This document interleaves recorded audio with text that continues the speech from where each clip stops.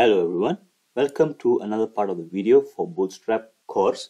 And of course, in this particular part of the video, what I like to teach you guys is I like to make use of the basics of grids that we have learned in the previous lesson. And I would like to make use of those core concepts and into actually building a landing page. So as you know, landing page usually will be having details and images of a particular product or services that you're actually offering. That's what I would like to walk you guys through. And of course, landing pages will be having multiple sections, and each sections will be having its own style, and that's what I like to walk you guys through. So in this case, I like to walk you guys through creating a landing page step by step. And then usually you will be able to start with the hero section. Hero sections will be the one that comes at the first part of the landing page, where on your left hand side you will be having some text, and in your right hand side you will be having some images, right? As you know, we are able to do something like that in this particular part. So first of all, I like to create like a simple section tag. As you know, landing page are actually separated by sections. So in this case, I like to create a section tag, and just like this. And as you know, sections are actually also will be having like an ID prop. So IDs are actually to uniquely identify which particular section is this. Look, it is. Let's say if I would have like an ID which is equals to hero. This case, what I'm trying to do is that I'm just making this particular section to be identified as hero, so that in this subsequent part of the video, I will be teaching you guys on how to create navbar. And in that navbar, we are able to scroll to this particular section when we click on the menu which says home. So in this way we are able to scroll when on click of a particular button in the navbar. So that's the reason why I've added ID. Now let's actually add the content of this particular section. So the first thing is that, of course, when you wanted to add grids, we usually start with creating a class for container, and that's where we actually wrap the rest of the things inside it.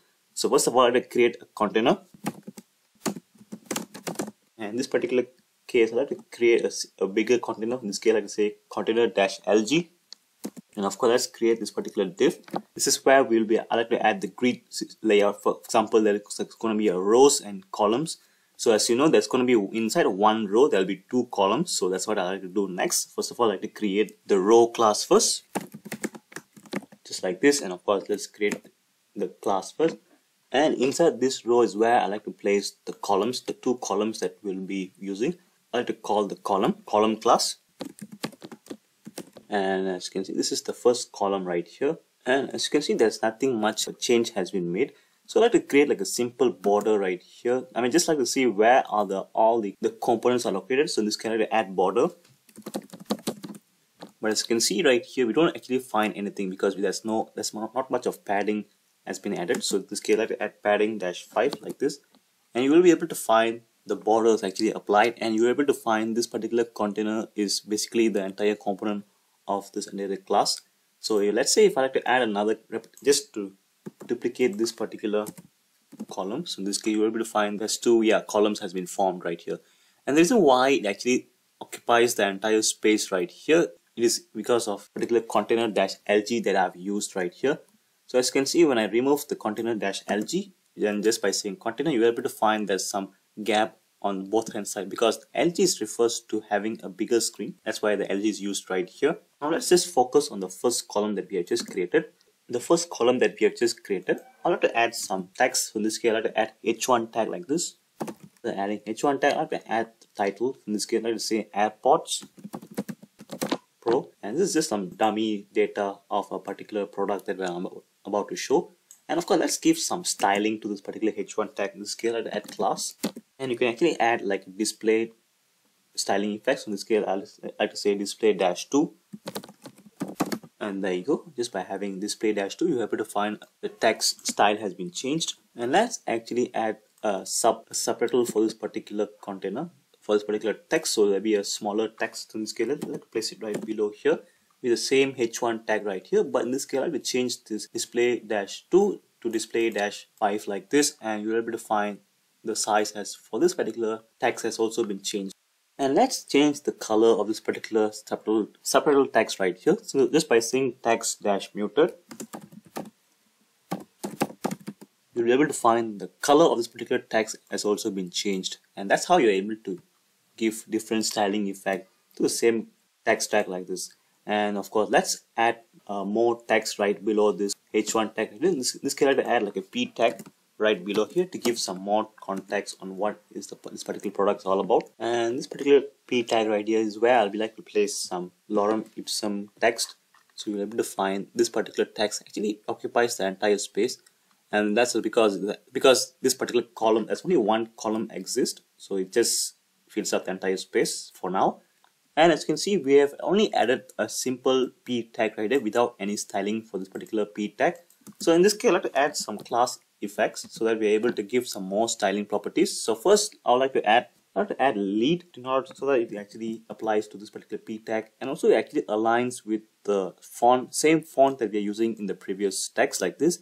And of course, I like to add some color, the same color of this particular text right here. So in this case, I just like to make use of text muted again. So in this case, I like to use text dash muted, and you're able to find the color of this particular text has also been changed as well. And besides this particular text that we have just created right here, we can also include like a call to action button so that it actually applies to the person who views the page to make an action to this particular product or service that you're offering. So right below this p tag right here, you're able to add like a anchor tag right below here, and just by adding an anchor tag right here, and inside the anchor tag we can actually include like a text which says buy now. This particular button can also have some styling properties like we have actually learned in the previous lessons. In this case, for buttons we can actually add button, which is a universal styling properties which actually gives this particular button right here some padding. And of course, as you can see here, we also actually happen to find this particular button will also change your cursor to pointer when we hover. And of course, there's no underline right here. And the next thing is that we can also add some color to this particular button. So in this case, I like to add button dash secondary. And the reason why I added button dash secondary is because of this particular color scheme that we are following from the top right here, because it's actually gray. And let's make this particular button to become a bit more bigger. So in this case, I like to say button dash LG, something like this. And of course, you'll be able to find the button became a bit more bigger, slightly more bigger than previously it was. And yeah, that's just like the simple ways to actually create some text and some button right here. And next thing is I like to move on to the right hand side of the particular section for particular column. So in this case, I like to make a copy of this particular class, which is called MD. And of course, just like right below the first column that we have just created, like place this particular div, and of course I like to open it at the same time, and you're able to find another new column have just been created like this, right? As you can see here, the next thing I like to add, I like to place an image on my right hand side. So I like to import the image first. So in order to import and place the image on your screen right here, you need to be calling the image tag like this, and of course it's a self-closing tag like this. And of course, in order to have your image to be called, you need to be having the source props as well. This can call props, source props like this.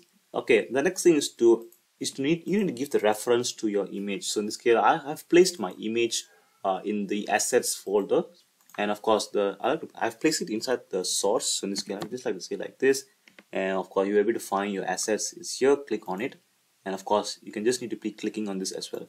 And that's how easy is it to import an image like this. But as you can see here, this particular image is actually it's like a super huge image, and that's the reason why it actually overflows the container. So in order to have your image to be bound within a particular container so in this case, this can be resolved by adding like the styling properties as well to make sure your image actually fills the entire container and does not overflows the container. So in this case, I like to add a class name like this, and in this case I like to add image fluid. You will find your image will be placed on right hand side like this. And as you can see, the reason why there's some gap here, as you can see, because we have added this padding dash 5 right here, we don't be needing padding dash 5.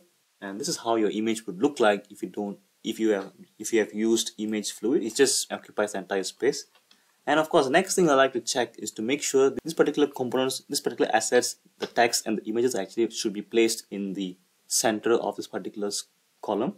So in this case, I like to go to this particular row class right here, and I like to place align items center so that it actually aligns to the center. So in this case, I say align dash item center, just like this, and you're able to find your items are actually placed in the center like this. So when I increase the width of the screen, you're able to find both your assets actually aligned to the center. And the next thing is that I like to place some padding right here so that I actually have some more room in the center.